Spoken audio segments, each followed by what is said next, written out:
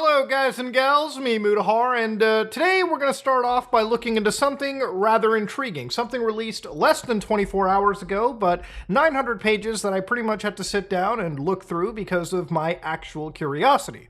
Now I want to start off by saying I am not a legal expert, okay? So reading through this information, do not take anything you may hear from me as legal fact. It's just me putting disclaimers out there just to explain to you the situation.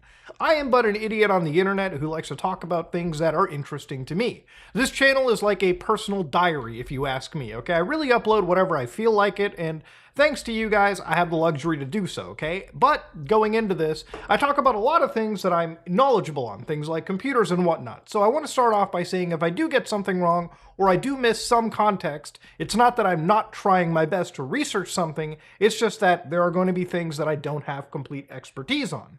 That said, on the other hand, I think that I have done my absolute best researching this throughout the course of the night.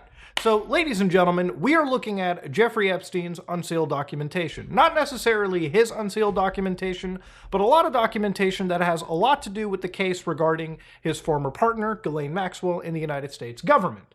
But this is a piece of documentation that I guess a lot of people had a lot of interest in since last night because of the potential names that were going to be dropped during this. A lot of people were hoping for some salacious, juicy information, and in reality, I don't really think a lot of that exists. There's also been a crap ton of misinformation that's been floating around. Some of it is pretty cringy, some of it is pretty hilarious, but I'm here to get down to the facts of the matter and actually look through these documents. Now, Epstein was arrested in July 6, 2019 on federal charges of effectively human and sex trafficking. So pretty serious allegations, pretty serious convictions, and he had died in August 10, 2019 in his jail cell at, from what I understand, the Metropolitan Correctional Center, which, from what I understand too, is pretty much close to as a administrative detention facility, like almost a supermax, so to speak. Maybe it might even be like a supermax, the same actual federal penitentiary that El Chapo was held at, and I think he still is held at before he was actually sent over to ADX Florence, which is the actual Colorado, like Alcatraz of the Rockies, okay? Once you're sent there, you ain't ever getting out. So point is, Jeffrey Epstein was arrested, and there was an island that he primarily resided at. The island was known as Little St. James, right? A part of a small private island within the United States Virgin Islands territory. You might have seen this island digitally represented by one of your favorite streamers who was flying to it in Microsoft Flight Simulator. Truly goofy times indeed. And it wasn't just your favorite streamer, an entire LAN party was chilling out here parking their planes. This island is referred to as the Island of Sin by local individuals, okay? This is not a great place to be at. Not a lot of good things happened here, as you can imagine, with a nickname of that caliber. Now, last night, a lot of documentation was released, about over 900 pages of information in regards to, Epstein and Maxwell's case was basically unsealed by the United States government. Now, according to this documentation, there was actually a deposition where questions were asked and questions were answered. One of them was posted by an account known as Censored Men, who said Epstein files released. Hawking allegedly liked watching undressed, I guess small people, can't use that word anymore on YouTube, people of diminutive stature solve complex equations on a too high up chalkboard, okay? So inside the question is like, hold on one sec, are you telling me that Stephen Hawking frequented the island for pleasure? Yeah, Jeffrey loved to have intellectuals visit the island so he could reward them for their hard work for humanity and for other darker reasons. Now, obviously, that is, nobody talks like that. But the question says, did Jeffrey ever talk to you about the proclivities? Yeah, he liked watching me solve complex equations on a too high up chalkboard. Now, obviously, people who read this laughed their ass off. But in reality, this wasn't real, okay? If you actually go to the documents right now, which again is something that I really implore people do, which is one of the reasons why this video is a bit important to me. If you actually type in any of these words, you won't notice them actually reflected at all in these documents. And that's just a thing. You can, however, find actual mentions of Stephen Hawking. So there is one mention where Jeffrey Epstein sends an email from a Gmail account, which, by the way, was news to me, why these people would actually discuss their potentially criminal situations using Gmail when they could have set up their own private email server they clearly had the money to is beyond me. Maybe there is a silver lining. So he sends this email to G. Max, which is Ghislaine Maxwell. You can issue a reward to any of Virginia's friends' equiants, family that came forward and helped prove her allegations are false. So here he's setting up a bounty or a reward almost that, hey, listen, if somebody can help disprove these allegations, please come over. The strongest is the Clinton dinner. And the new version in the Virgin is the land that Stephen Hawking participated in an orgy involving underage individuals. So again, this is the only actual mention in this 900 plus page document. Not 900 plus page document, 900 pages of documents. See, there were so many documents that were released that even the court website that was originally showcasing these actually ended up crashing. Courtlistener.com isn't even functioning. You can obtain these documents through the US government. They are just floating around freely to access. So the information is out there. You just have to sit through and parse through the misinformation. Now, one of the things that I wanted to also tackle before we continued was this idea of a client list. Now, ladies and gentlemen, for the longest time, for the last couple years that this situation, the few years that we've been talking about this, there's been a lot of discussion of a potential list of clients, a list of high-level clients that have been partaking in illegal activities. Now, that list, from all of my examinations of all these documents, doesn't actually exist. There is no real list. There are mentions of names, like we just looked at Stephen Hawking. That was a named mention. One mention, and that's about all you're going to get. There's no magical list. See, the list, I actually tried to look at the origin of this, and one of the origins that I found was through a publication known as the motherjones.com, where this person talked about looking through a unredacted version of Jeffrey Epstein's Little Black Book, which I guess is the closest thing to a list you're going to get. This black book is an address book. So you can see right over here where he talks about it. The public first became aware of the book in 2015, which a now defunct website, Gawker, published a version of Rodriguez's copy. Rodriguez was the butler on Epstein's private island, revealing for the first time just how ludicrously connected Epstein was to the people who run the world. So again, this file, this unredacted version, popped up on some dark corners of the internet, with almost every phone number, email, home address entirely visible, and I got my hands on a copy. Now, I don't know where this person got it from. Maybe it's like on the dark web. Maybe somewhere it exists. But this is, again, the extent of the source that we're getting. Now, I actually went to Gawker in this situation, and while the website is down, you can use the Wayback Machine to pull up an actual article from October 30th, 2023. Where they actually talk about that specific black book. They have some screenshots of it and everything. And Gawker published it for full for the first time here, where they redacted addresses, telephone numbers, email addresses, and last names of individuals who could have been, under the age of 18. So I looked through this entire list, and yes, it does contain some really powerful individuals, which shows that, yes, this billionaire, trafficker, billionaire, financier, obviously had some pretty powerful connections from what it appears in his address book, his little black book, so to speak. Now, this list isn't indicative of people in this list committing actual crimes, okay? To understand, these are highly wealthy, highly powerful individuals. And this is a small group of people where everyone pretty much knows everyone in the situation.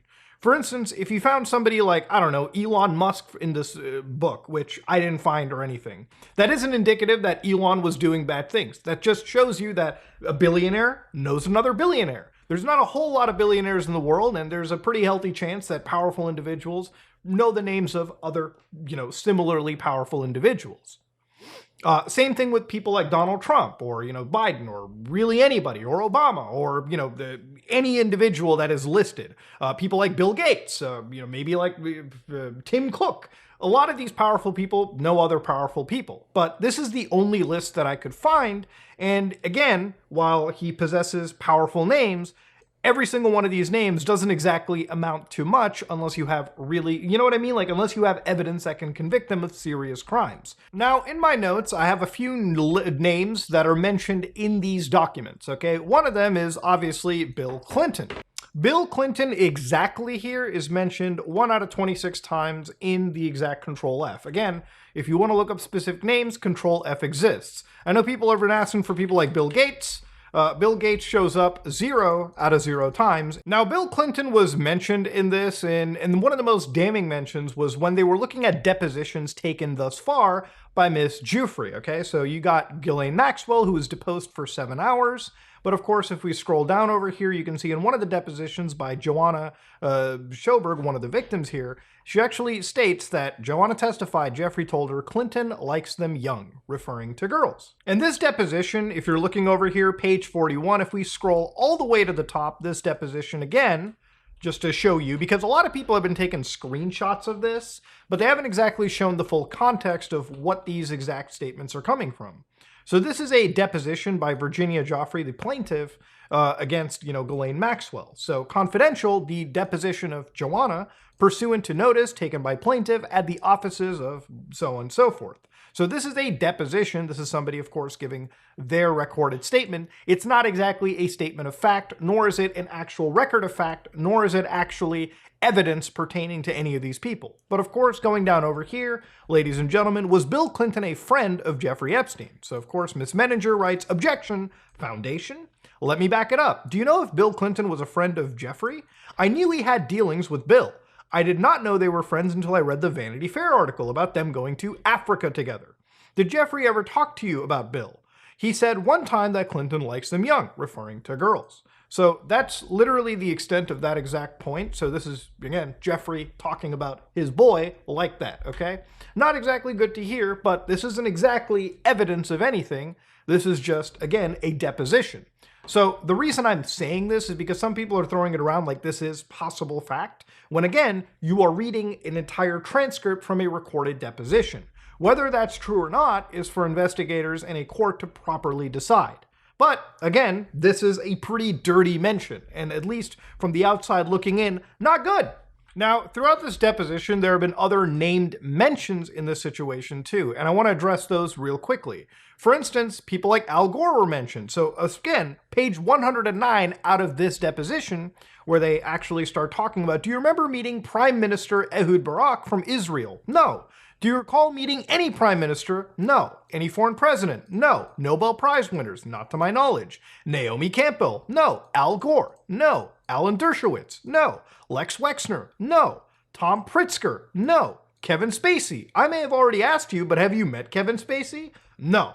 So in this entire list, obviously these are named mentions, but when you get the full context of this deposition, these names don't really amount to much. They were asked, they were shotgunned out, they were pretty much rapid fired, and the, plaintiff in this situation was like, no, I didn't meet anybody in this. So when they start talking more about other people like Marvin Minsky, I don't know that. George Lucas, no. Donald Trump, no. Did you ever massage Donald Trump? No. Sorry, I have to ask you, did you ever have, relations with another individual like the, Alan Dershowitz, for instance? Objection, absolutely not. The witness writes. Do you know who that person is? I do. So again, looking through this deposition, names were mentioned, but obviously in the deposition, they were kind of rapid firing these names, and a lot of them weren't and a lot of them were just unidentified people. They were like, I never met them. That's not true. So that's pretty much where we're kind of getting at with this depo. And again, there is hundreds of pages for you to actually look through and, sort of read this for yourself too.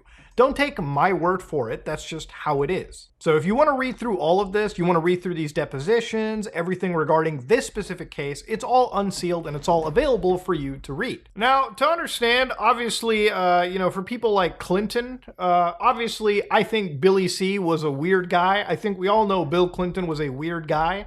Again, there's nothing, accusatory that you can put onto him that already hasn't been talked about in the hearsay. But it's interesting that Hillary Clinton, she's like, throwback to New Year's Eve, 1999.